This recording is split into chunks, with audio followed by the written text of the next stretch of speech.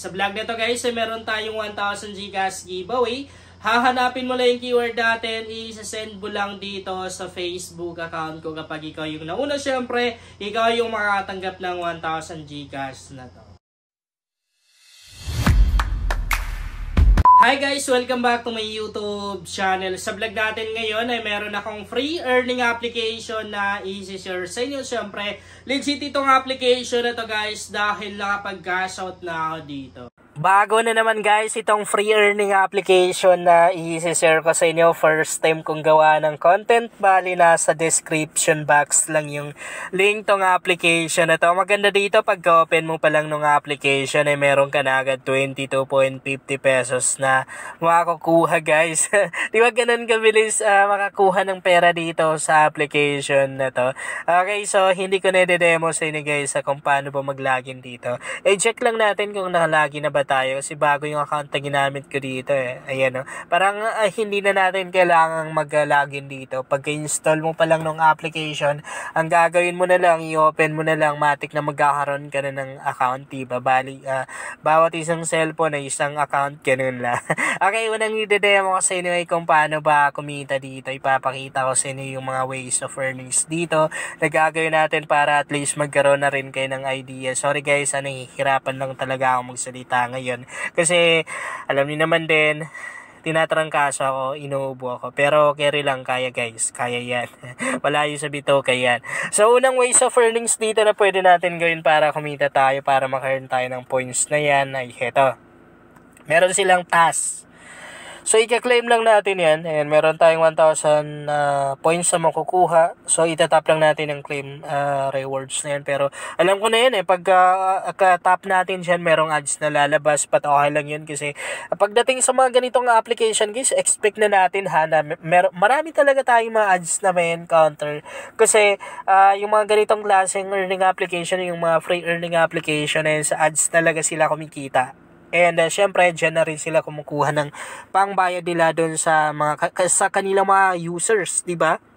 So, dito naman sa mga sa baba, yung mga task na nasa baba, heto yung mga coins na pwede natin or points na pwede natin makuha. Mga application yan, bali tatap lang natin yung earn. Tapos dito makikita na rin natin yung mga steps or parang instruction. Diba? Tap lang natin itong install na to. So, nabubulol ako kasi sobrang katinong lalamunan ko guys. Grabe. Inuubo ako. Okay. So, napunta tayo ng Play Store. Tap lang natin yung Play Store ha. I-demo ko sa inyo. Kahit na easy lang naman yung ways of earnings na to. So, ayan. I-install lang natin. So, pag na-install na natin, syempre gagawin lang natin to. Okay?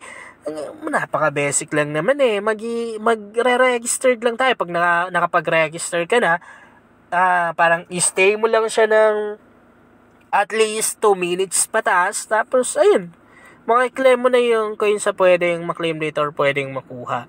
So, marami tayong mga application dito na pwedeng i-install, Ang dami. Pag nakuha mo na yung coins or yung points na dapat makuha dyan, pwede mo siyang i-uninstall para at least hindi mapuno yung storage ng phone mo. Kasi mahirap naman kapag mapupuno, di ba? Ang daming mga application dito. Meron na rin mga application na no need nang i-install kasi ang gagawin lang naman natin ay i-rate lang natin. Katulad dito, i-rate lang natin.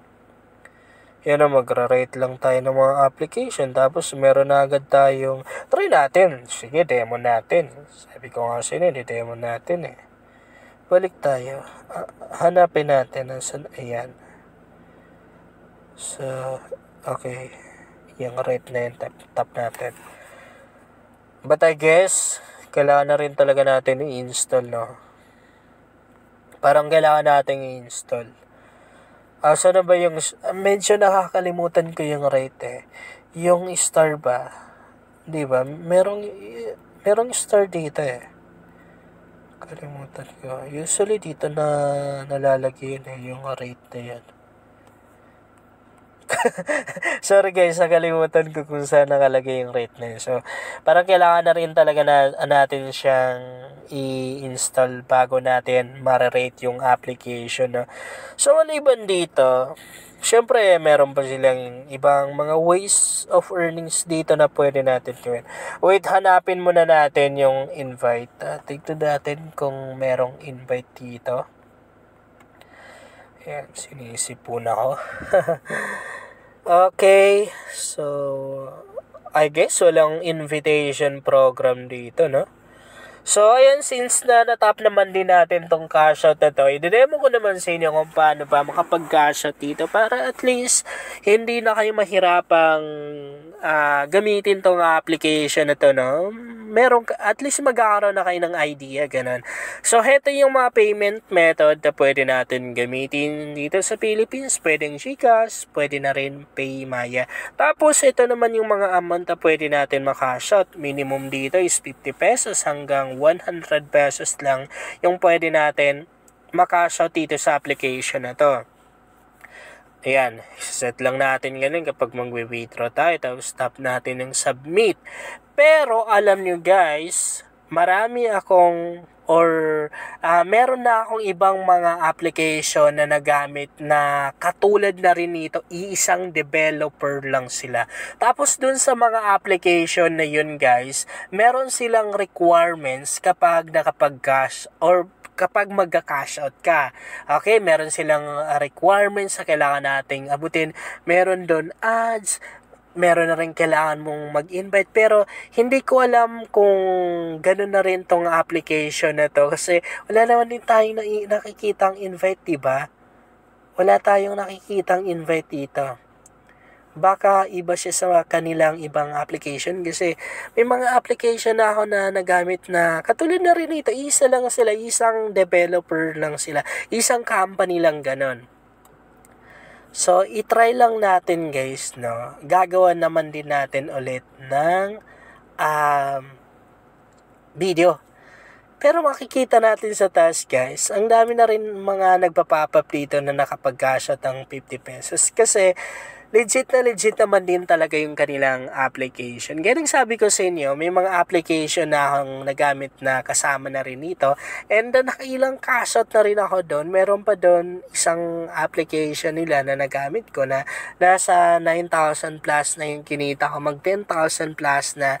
Tapos pag nag-withdraw ka dito, halimbawa nagawa mo na yung kanilang requirements. So makapag-withdraw ka na. Tapos pag nakapag-withdraw ka na, sure naman din na darating talaga sa GCash account mo. Legit yung kanilang application guys. Makikita naman din natin sa mga reviews ng application.